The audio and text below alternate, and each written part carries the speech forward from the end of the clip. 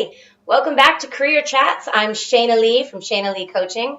I'm a career coach and I coach professionals who want to transition into a new career, move up in the role they currently have, or establish a better work-life balance for themselves.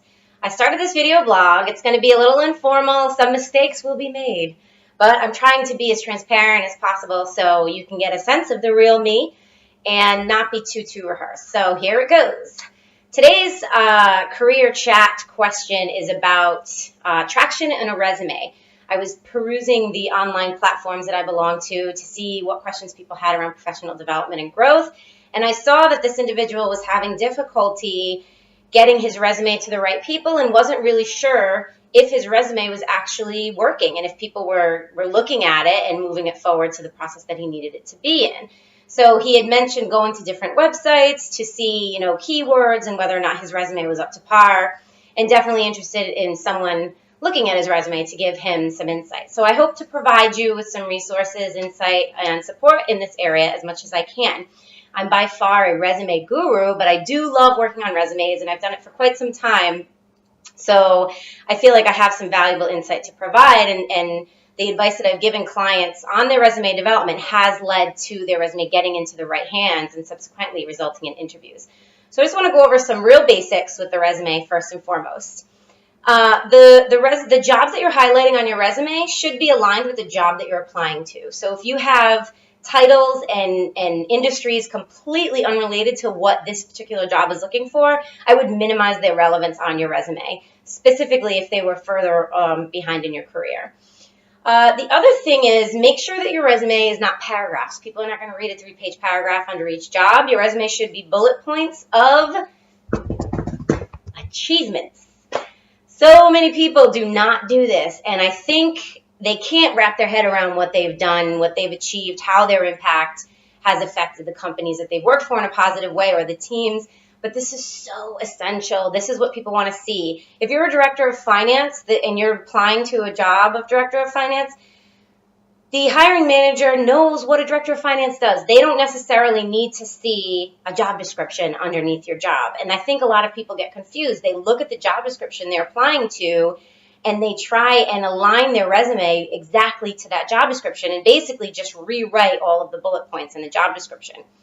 Okay, let's X out of there. So what you want to do instead is, and this is the best place to start when you're trying to think of how do I write down what I achieved? I have trouble quantifying what I've done. I've mostly written. I lead meetings. I don't really know.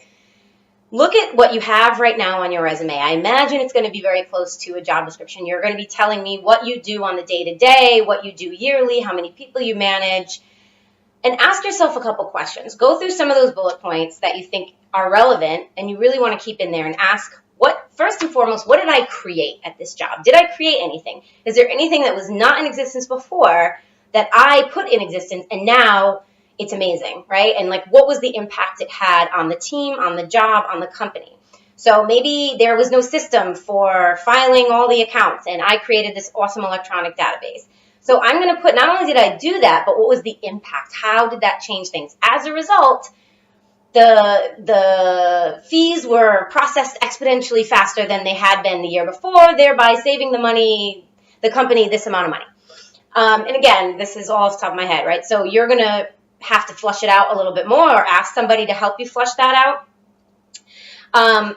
So just think about it like this. What did I do? Did I do anything just on my own that changed what happened at this company, that changed the team, that changed how we work, that made it better? Did I improve anything? Never mind, okay, I didn't create anything. Was there anything that they did have, but it didn't work right, and I made it much better. I made it more efficient, more faster, and that's the key piece. I want to see not only what you did, but what was the impact? How did it ultimately help the team, the company, the product? And then go through each of your bullets and look at your job description and say, okay, well, if I provided support to this team or I led this team, what was the result of that? As a result, we were able to expedite all of our programming in a matter of 6 months. I saved the company $80,000.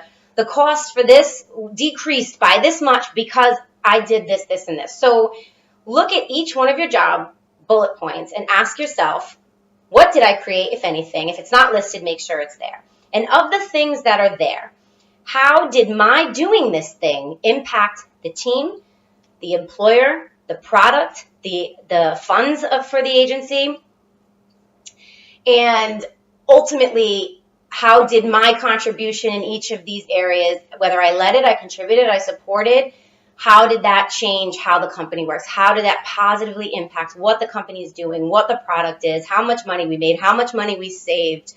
And so really just looking at it from that lens, how did my contribution, all of these bullets, impact what this company is doing, what my team did, what the product is? And if you can do that and revise your resume accordingly, I really think that you will have a great resume. You will have a resume that's screaming achievements. Just try to quantify things, put things in numbers, teams, how many people, percentage, how much. If the number seems weird, try percentages. How much did you save? How much did you earn the company? And then just time. How you can quantify time. I saved the company time. I improved the product. I made the team more efficient, the processes more efficient.